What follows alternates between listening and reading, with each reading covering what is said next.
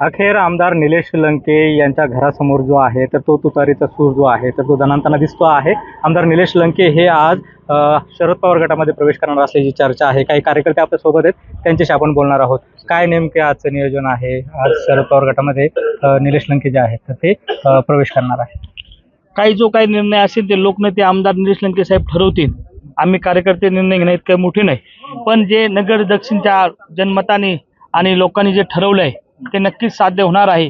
आपण पाहिलं असेल की उत्तरेकडचं पार्सल नगर दक्षिणमध्ये येऊन 5 वर्षात सर्वसामान्य जनतेला इतका त्रास दिला।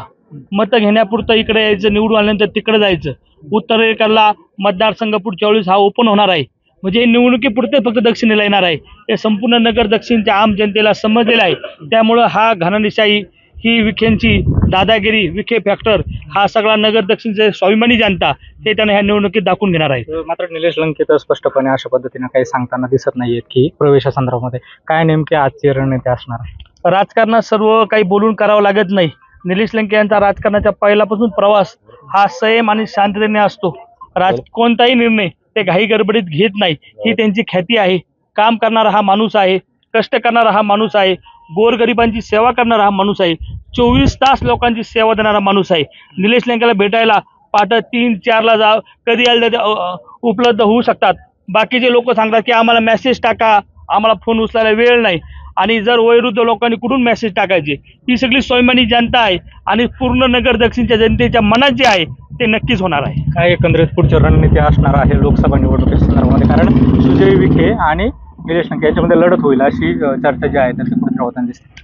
तर सर्व आम्ही आमदार साहेबाचे जे कार्यकर्ते आहेत, आम्ही जरी आमदार साहेब म्हटले आपल्याला खासदारकी लढवायची नाही, परंतु आम्ही सर्व कार्यकर्ते त्यांना आग्रह करणार आहे की आपल्याला जे काय आपले जो गोरगरीब जनतेचे जे कामं आपल्याला जे इथून पाठीमागे झालेले नाहीत ते इथून पुढे आपल्याला सर्व गोरगरीबमध्ये कामं करायचे। त्याच्यामुळे तुम्ही निश्चित खासदारकी लढावी, आम्ही पूर्ण तुमच्या ताकदीनिशी या ठिकाणी तुमच्या पाठीमागे उभं राहणार आहे। आज निलेश लंके यांचा जो पुस्तक प्रकाशन सोहळा होणार आहे, मी अनुभवलेला कोविड, नेमके कोण पाहुण्यांचे त्या ठिकाणी उपस्थिती असणार आहे?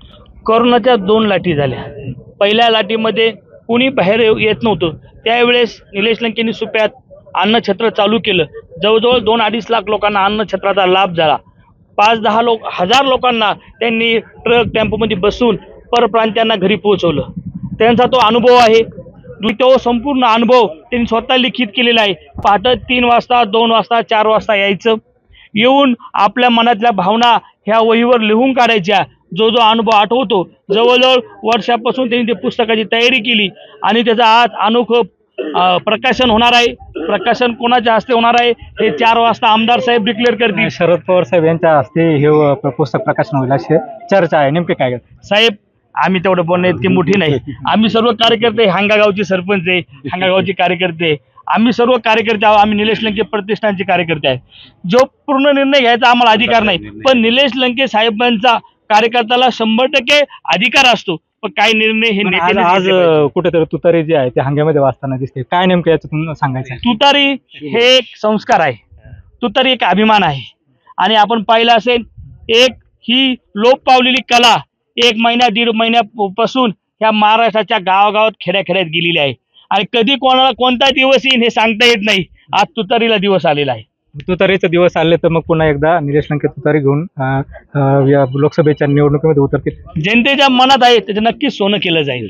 एकंदरीत जर बघितलं तर स्पष्टपणे जरी कार्यकर्ते बोलत नसले तरी देखील कुठेतरी ही तुतारी जी आहे तर ती निलेश लंके यांच्या घरासमोर वाचताना दिसते आहे। त्यामुळे दुपारी या संदर्भामध्ये चित्र जे आहे ते स्पष्ट होताना दिसेल।